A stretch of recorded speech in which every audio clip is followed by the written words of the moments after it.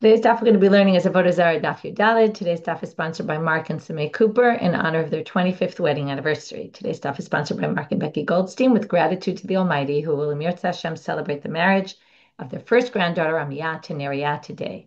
She is kula osif od chuliyah b'sharsheret hadorot lebinyana de'ad. Today's daf is sponsored by Hannah Petrakovsky with prayers for the refuah shlema of Michal Naomi Bat Zahav Gita, who is having major surgery for a life-threatening illness.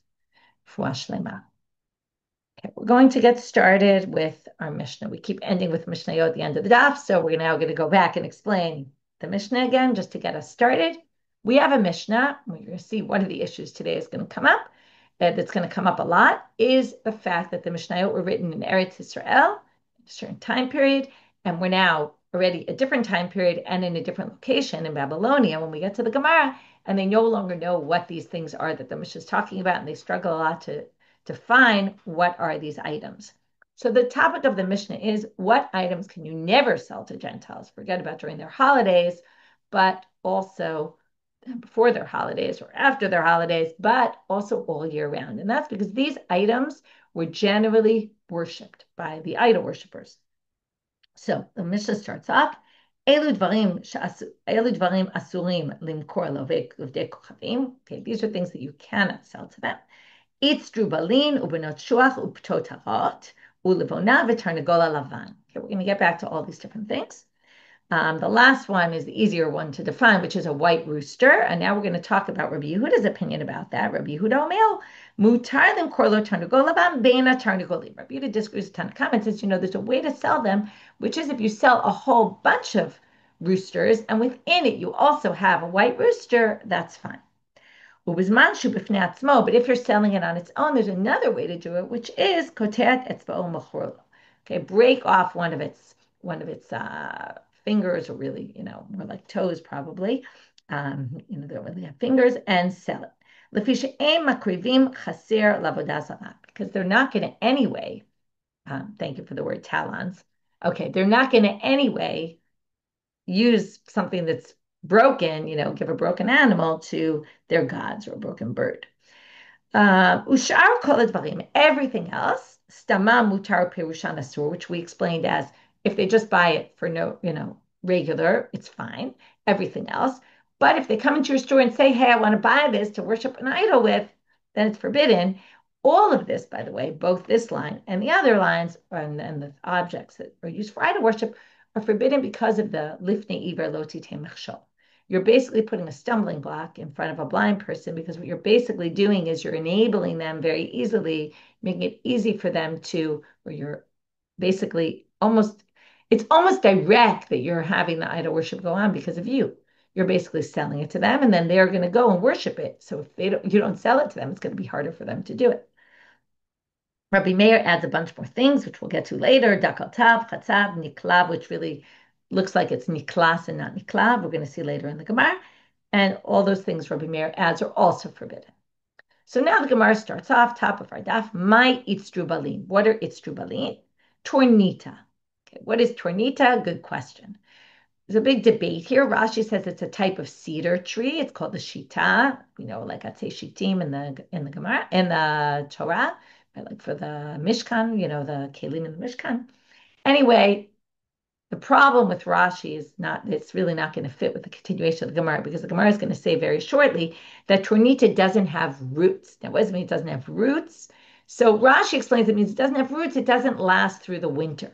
Okay, which means basically like it's one of those things that you have to replant every year. Okay, the problem is it's a tree. It doesn't really make much sense. Tosfot basically says that this can't be, because it doesn't make sense with the Gemara. It doesn't make sense with some other sugyas. And basically Tosfot suggests that maybe we're just talking about some sort of soil, because it doesn't have roots at all. And maybe that's what it's going to, when it says it doesn't have roots, it must mean they don't have roots at all, and it's some sort of soil. Unclear exactly what this tornita is. But we're going to have to go ahead without really fully understanding. But again, I'm just reminding you, Itzrubalim was a term used by the Mishnah, which obviously comes from the Greek, like Itztadion, stadium, and all those words with the itz are from the Greek. Anyway, so they say it's tornita. Reminu, Gemara says, can't possibly be tornita. Why not? Well, in a sugya, a totally different sugya, where it talks about the Shemitah year and what does Shemitah apply to, Hosifu alehem alechsin itzrubalin umuchsasin ubenot shuach. So they added to the list of things that are forbidden for the Shemitah year also those four things. Ve'isa kadatach itzrubalin tornita. If you're going to say it's tornita, tornita miita b'shvi'it, for sure there's no prohibition of shvi'it by tornita. Why? It should be hatanya, not hatanan, because there is no Mishna like this. Tanan means Mishna, Tanya means Braita. It must be taught because it's taught in a Braita. Zaklal, this is the rule. What has all the laws of Shemitah? To what does it apply and to what does it not apply? Kol sheyeshlo ikal, everything that has roots, again, depending on whether you go with Rashi or Tosfot, either it has roots that last through the winter or it has roots in general. Yeshlo shvi'it, then Shemitah laws apply. Kol she'ein lo ikar, ein lo shvi'it. Now, again, if it doesn't have roots, it doesn't have Shemitah, which means, again, however we define tornita, it's clear the Gemara says, understands that tornita doesn't have roots, whatever this doesn't have roots means. Once it fits into that category, there's no Shemitah for it. Now, it said there is Shemitah for Itzrubalin. So if Itzrubalin equals tornita, well, there shouldn't be Shemitah for tornita. So it can't possibly be tornita. Ela Amar Rav Safra. Rav Safra explained, Pere Arza. It means the fruit of the cedar tree. V'chein ki'ata Ravin Amar Rabbi Elazal.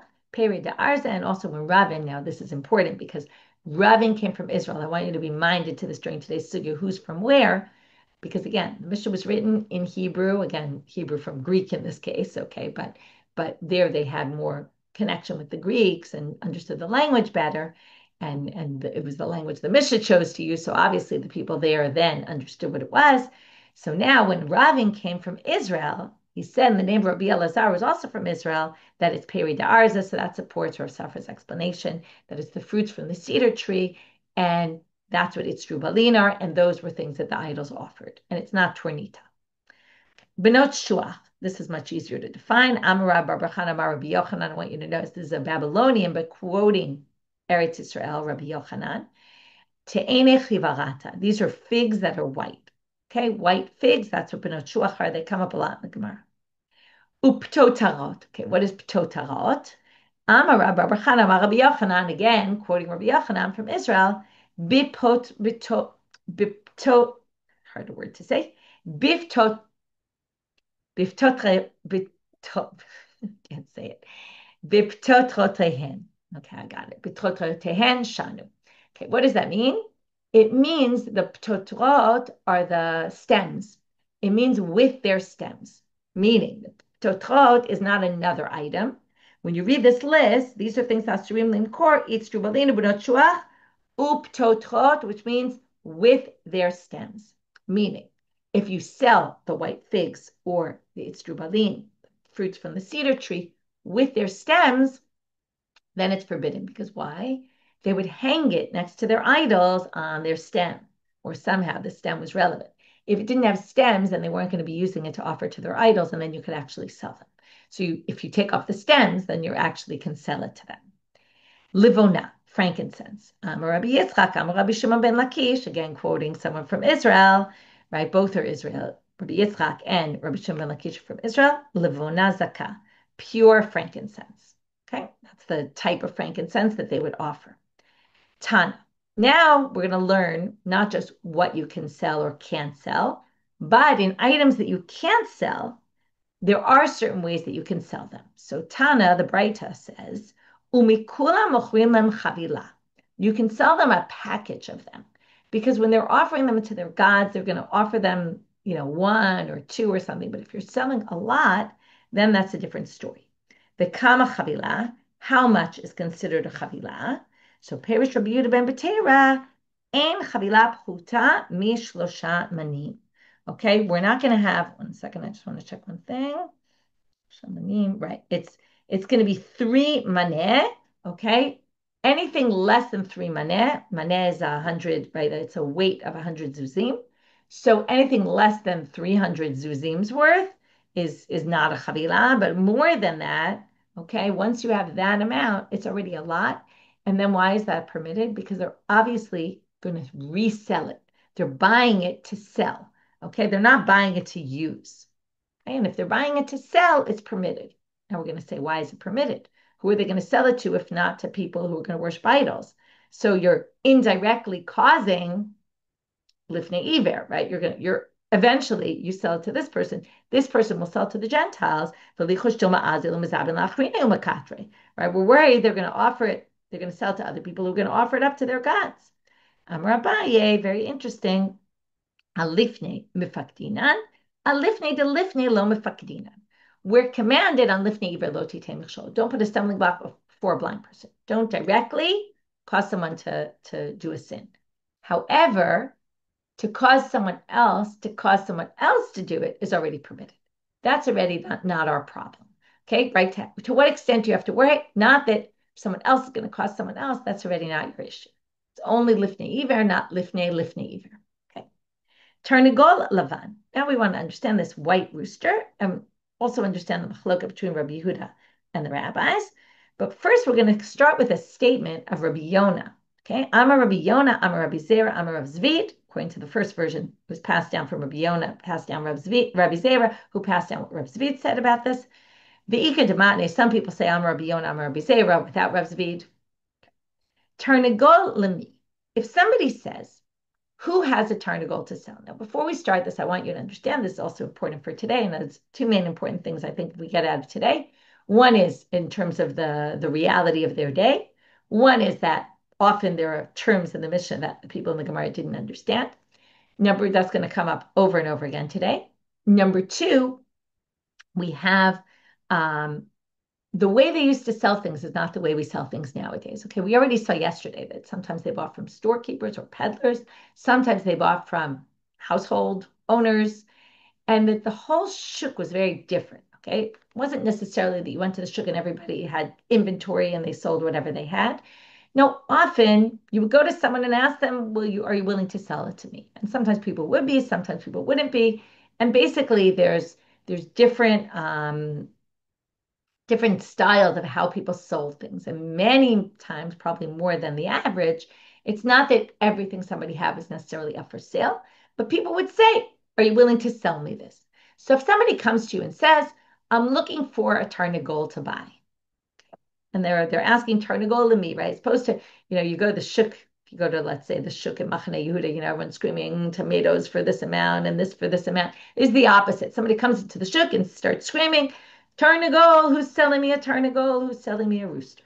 So if somebody comes into the shuk and says, we're looking for someone to sell, comes to your door, knocking on your door, and again, instead of trying to sell you something, knocking on your door, they come saying, I want to buy a tarnagol, without saying white. Mutarlim korlo tarnagol lavan.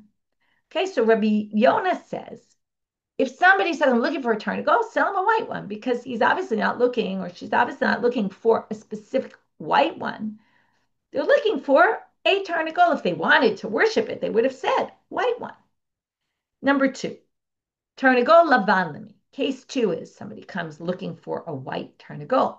Okay, asur korlo tarnagol lavan. That's pretty clear.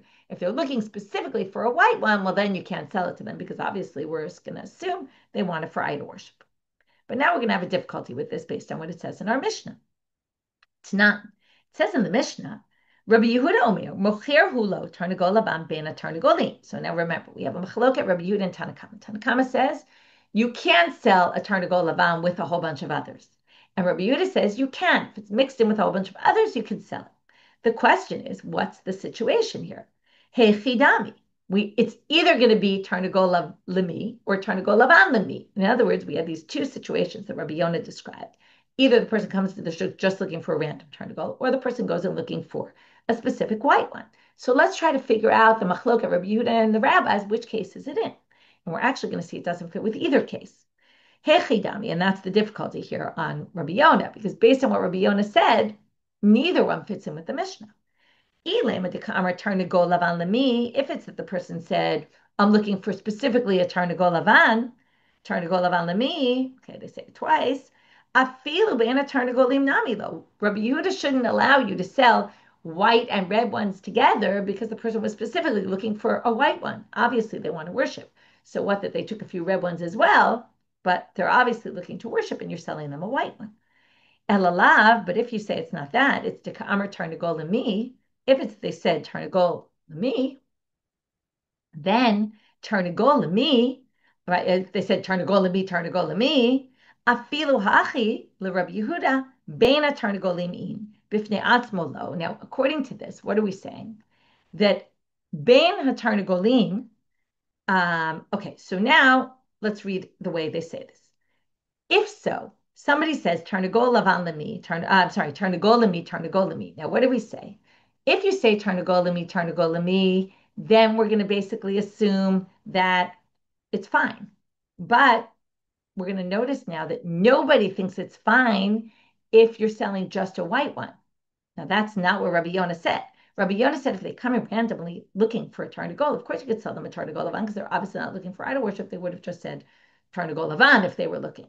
But now we're going to see if you say that the Mishna is talking about a case of Tarnagol lemi where they just said it randomly. Well, even Rabbi Yehuda, who permits to sell with other Tarnagolim, doesn't permit it by itself, right? That's what we're going to read here. Afilu hachi, even so, Rabbi Yehuda bena Tarnagolim, but bifnei atzmo lo, won't allow you to sell just one. And the Tanakama afilu bena Tarnagolim nami lo, and the rabbis and the Tanakama doesn't permit it at all. So that doesn't match what Rabbi Yona said. So basically, the Mishnah doesn't fit either case. So what could be the case? So either Rabbi Yona has a problem here because it doesn't fit in with the Mishnah, or maybe the case in the Mishnah is some third possibility, and that's what we're going to say. So now, Amar of Nachman bar Yitzchak, ha chabamayaskina. What's the case? Kegon da Amar zeh. The Mishnah is when someone, and now there's a debate exactly how to understand this case. Either someone said, I want a white one and a red one, okay, and they mentioned two, or perhaps they just like pointed to two, and one was red, one was white. I'm just using red as an example. Okay, so let's go with that interpretation. That the Mishnah is talking about when someone comes into the shuk and they say, I want that one and that one. One is white, one is red. And so Tanakama says, look, they pointed to the white one, so maybe they really want the white one to worship, and therefore you can't sell them both the white and the red. But Rabbi Yonah says, no, since they were mixing the white and the red one, obviously they don't want it for idol worship purposes because otherwise they would have just bought the white one, and therefore you can do it. And that's the machloket. And in fact, Tanya Namihachi, we're going to bring a braita to support this reading. So that was basically the way we explained the Mishnah in order to make it fit with what Rabbi Yonah said. And now we're going to see a braita that proves that that's what Rabbi Yehuda said, because this is going to be Rabbi Yehuda. Rabbi Yehuda, matai. When is it forbidden? Bizman sha'amar tarnagol ze lavan. Someone says, this white rooster I want, then it's forbidden. Avalim amal ze v'ze mutar. And here you have it exactly. If you say I want this one, and one happens to be white, but one is not, then you're going to be allowed to do it. And the braita is going to continue. Va'afilu amar, and now it's a little, we don't need this anymore. We brought this just to prove Rabbi Yehuda, but we're going to learn the rest of the braita anyway. Afilu amar tarnagol ze. Now, in a case, we're even going to have another case where somebody points and says, I want this one, and it's white. But it was ovei kochavim sha'asa. Mishtel b'no, if he was making a party for his son, which we assume now usually means for the son's wedding. Oh, shayach hole betoch beito. Or he had someone sick in his house, mutal, because apparently for wedding celebrations, people would specifically want white roosters and not to worship idols with, but to serve to their guests. And if someone was sick, apparently they use this as a remedy. Okay, we've learned some of these remedies with white roosters, and perhaps they wanted it specifically for that, and therefore you're actually allowed to sell it to them, because in that case, we have reason to believe that you're needing it for something else and not for idol worship, and therefore it can be sold. Now, the Gemara is going to have a problem with that source because Vahatanya, didn't it say, it's actually Hatnan, it said in our Mishnah, if you remember, if you remember, what did we learn?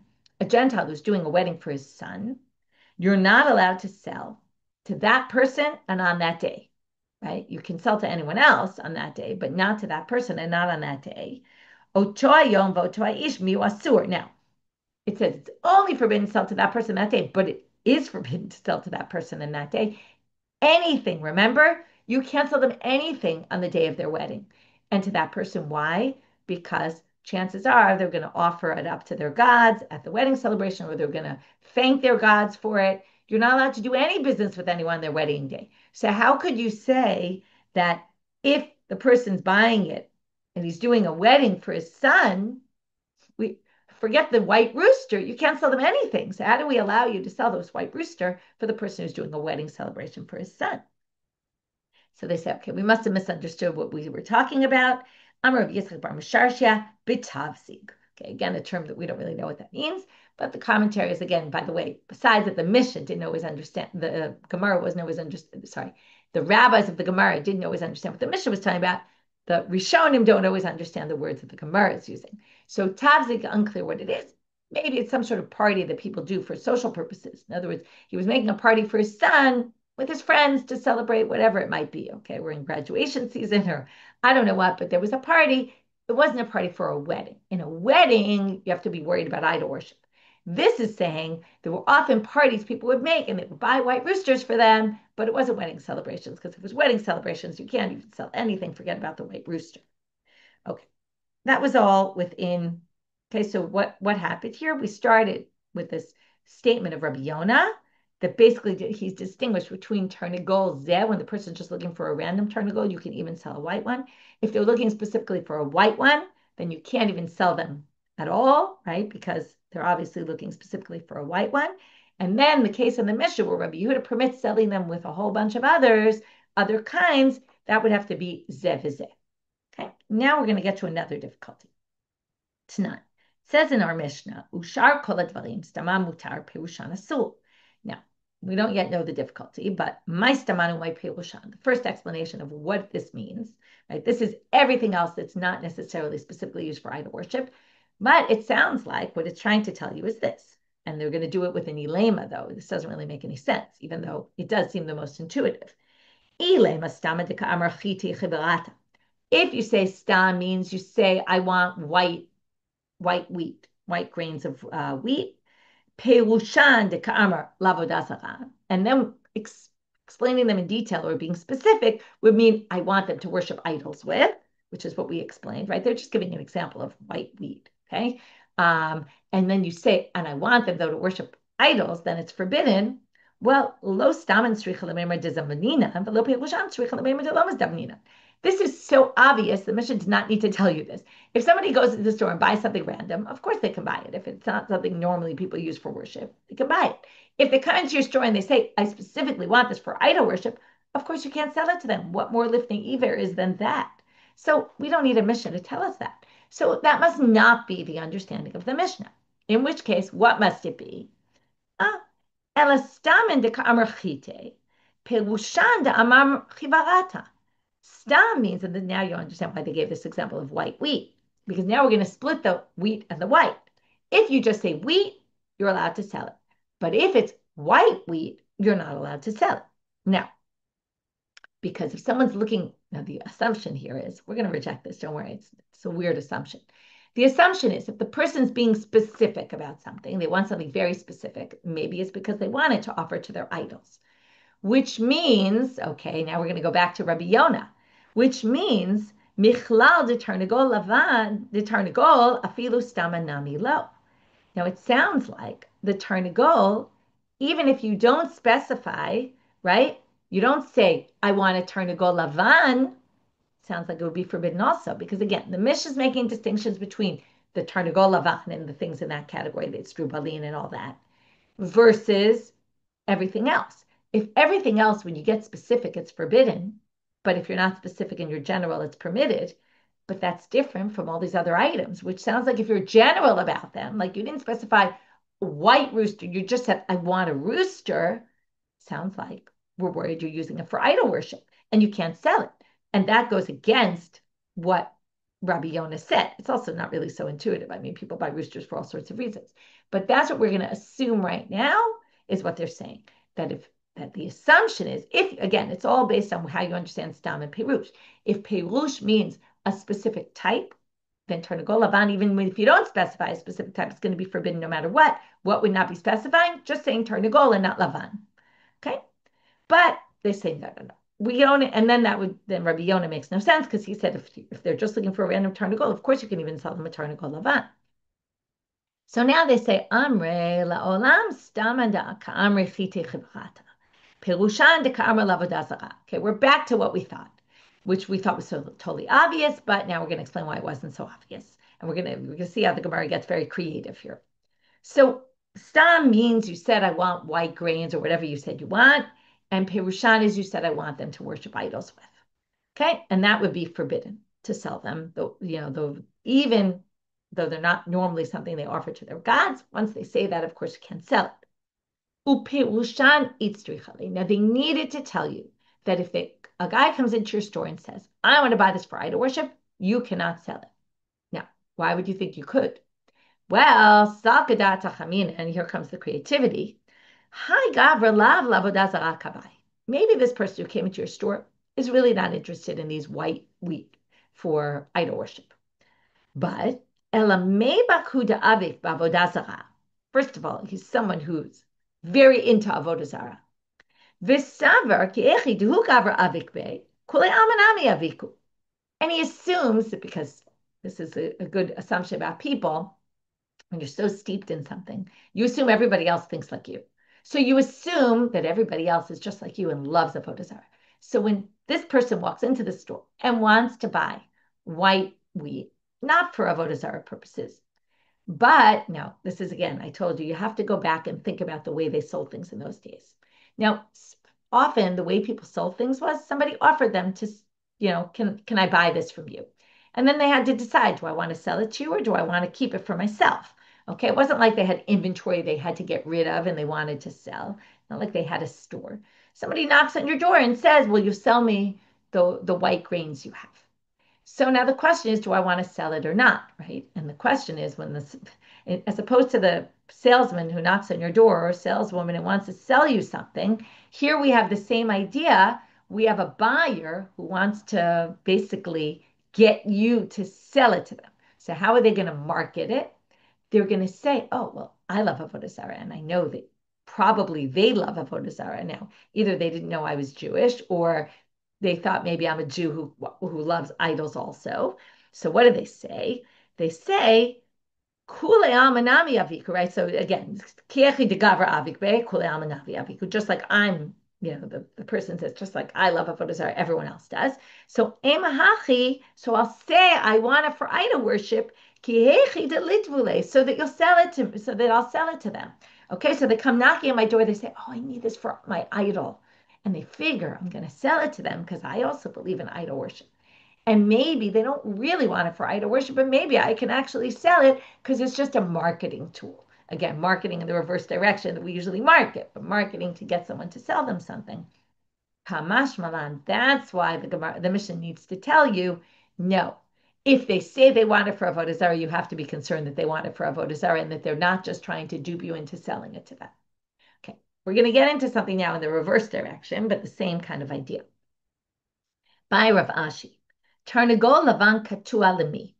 So if somebody comes and says, I want a Tarnagol Lavan that their talons are cut off.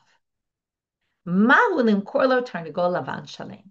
Can I sell them a full one? Okay, a complete one. So now you're wondering, why would you do that or why? Okay, what's going on here?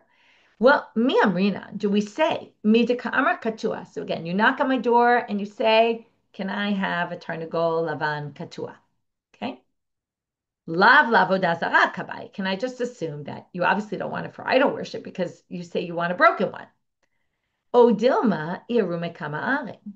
Or maybe you're trying to trick me because what's the trick here? Well, if I have white roosters, probably most white roosters don't have cut off talons, which means that it's unlikely I have what you're looking for.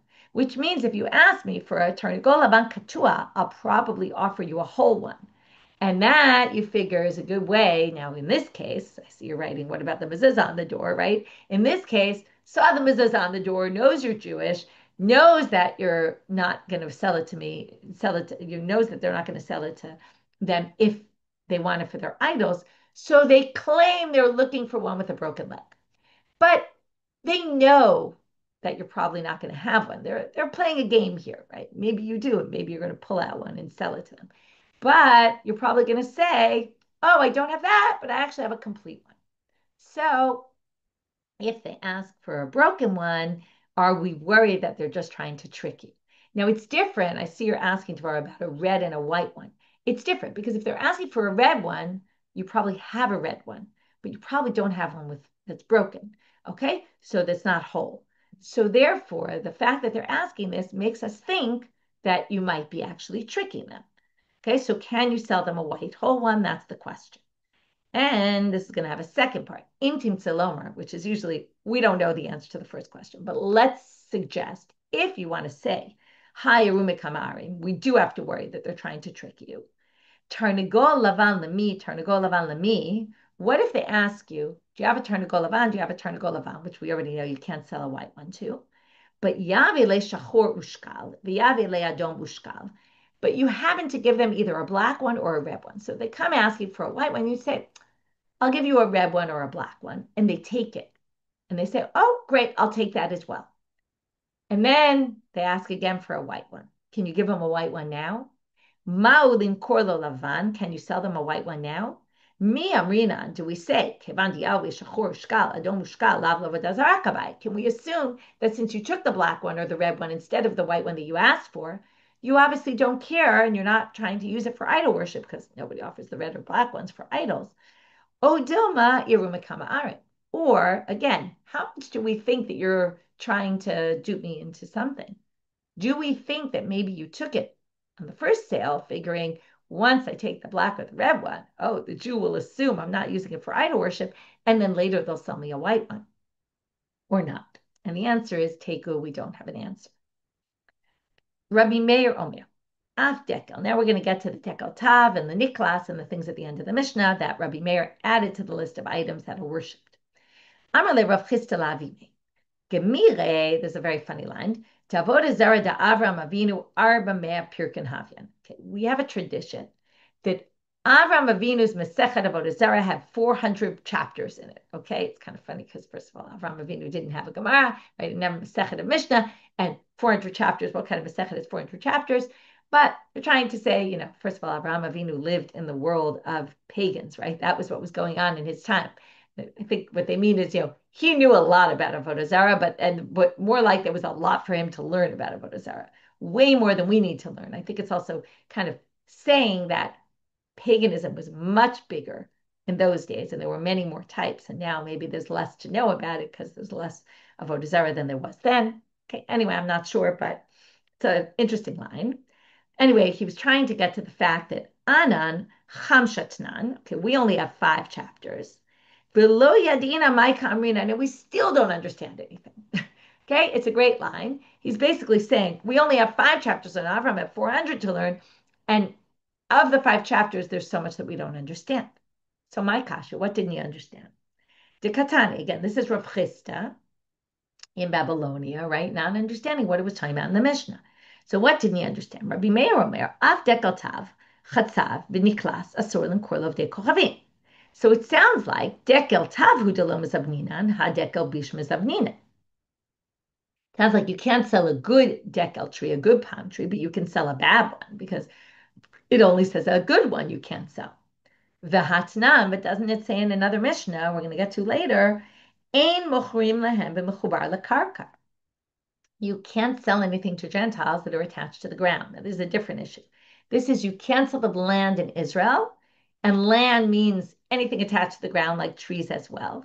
And this is because of the Isur of Lo Techanem. You shouldn't be selling land in Israel to Gentiles. We're going to get to all this in this fascinating, comes up in politics these days, about selling land to Gentiles in Israel.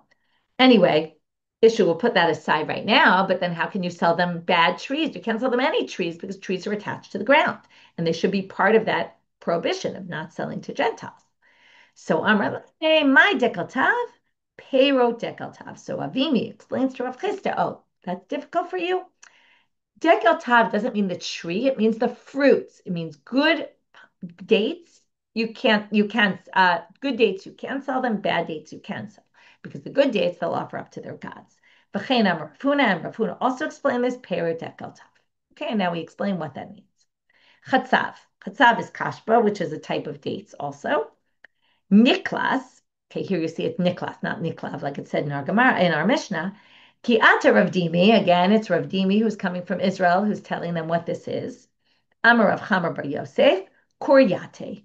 Okay, this is Koryate. That doesn't help us very much. And in fact, it didn't help Abaye either. So Amar le Abaye, here's a very funny conversation also. Amar le Abaye le Rav Dimi. Tna niklas v'lo yadanu mayu. It said niklas, and we didn't understand what that meant. Va'at amart Koryate, and you explained it with this word Koryate, v'lo yadina, and I don't know what that means either. So that didn't really help me. Mayahanetle, like what if you help me, basically? You haven't helped me at all by defining it with another word that I don't know what that means either. So what's Rav Dimi's response? I did help you. I'll explain to you why. Because when you get to Israel, Amrat la niklas, and you say to someone niklas, velo yade, and they don't know what it is, but Amratlu koryate v'yade. But you'll say the word koryate and they'll know what it is, v'kamach and they'll show you exactly what it is.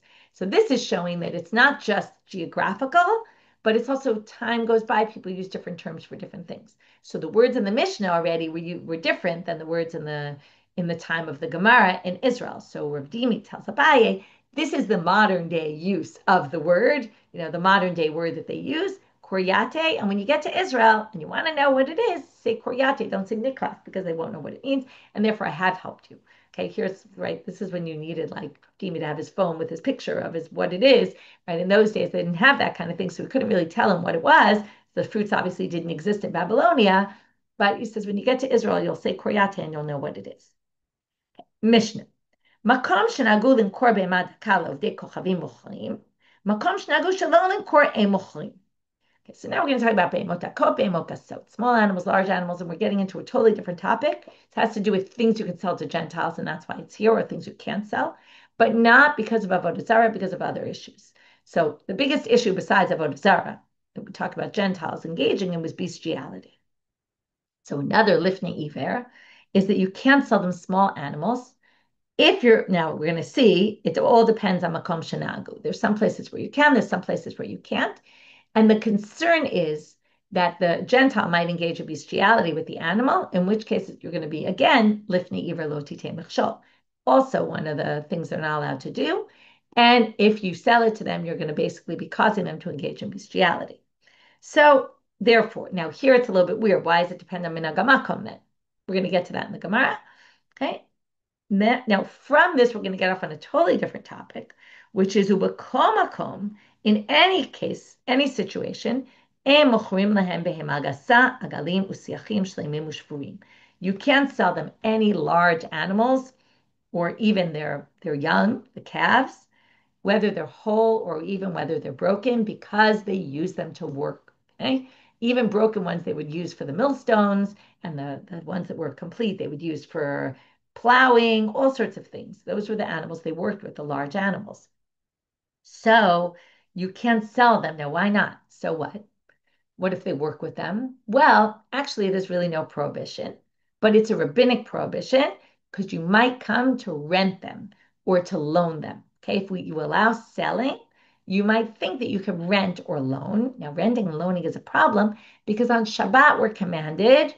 Remember, in Kiddush we say on Shabbat morning, Zachor Yom Shabbat L'Kadsho, etc.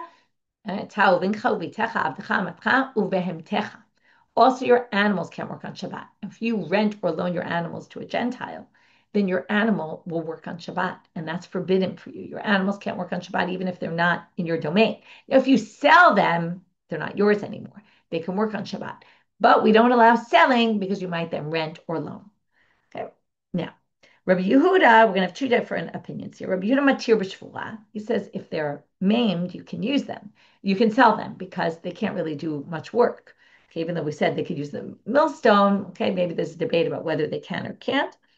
Ben betera matir b'sus. A horse, what do people use it for? For riding on.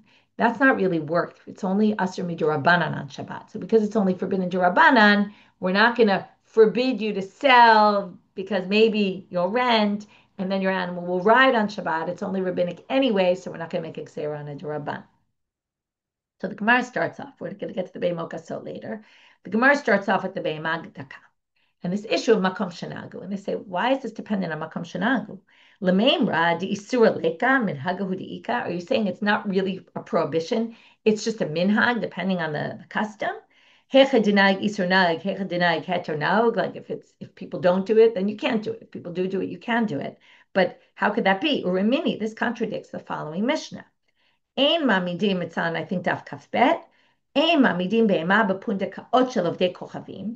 If you go into an inn at night and you leave your animal with the Gentile, okay, you put your animal like in their stable and you leave him alone with the Gentile. This is what we call yichud. Yichud usually is an issue of man and woman, but here it's man and animal.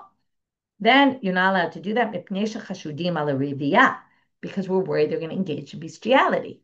So if it's forbidden to have allow your animal to be mityached with this Gentile, because basically you're going to cause them to engage in bestiality, or it's likely they will, and then you're over on lifnei iver lo titei mechshol, putting a stumbling block in front of a blind person.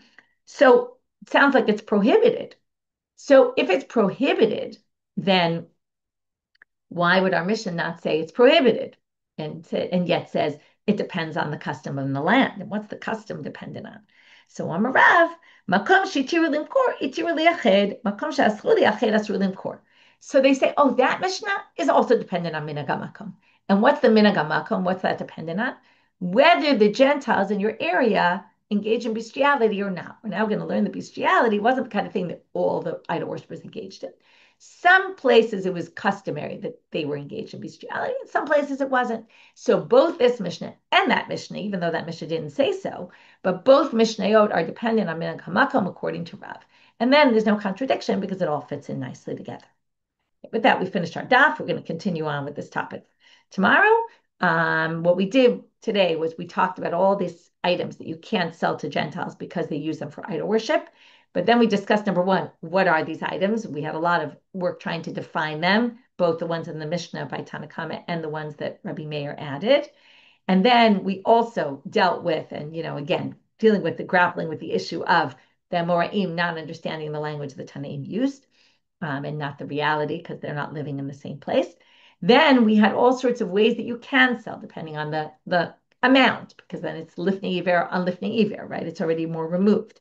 We talked about selling if it's mixed up with other animals, or if they say a certain thing, are we assuming they're trying to trick you into something, or are we not assuming they're trying to trick you into something? Depending on what language they use. If they say turn to gold in general, I'm looking for, then maybe you can sell them a white one. If they say turn to gold, zeh, zeh v'zeh. Okay, we had all these different possibilities of what it is, and we ended with this issue of two new issues: concern for bestiality, which is really dependent on minhag hamakom, so perhaps you can't sell them small animals, and big animals, an issue of shvita behema on Shabbat. And with that, we'll finish for today. Wishing everyone a good day.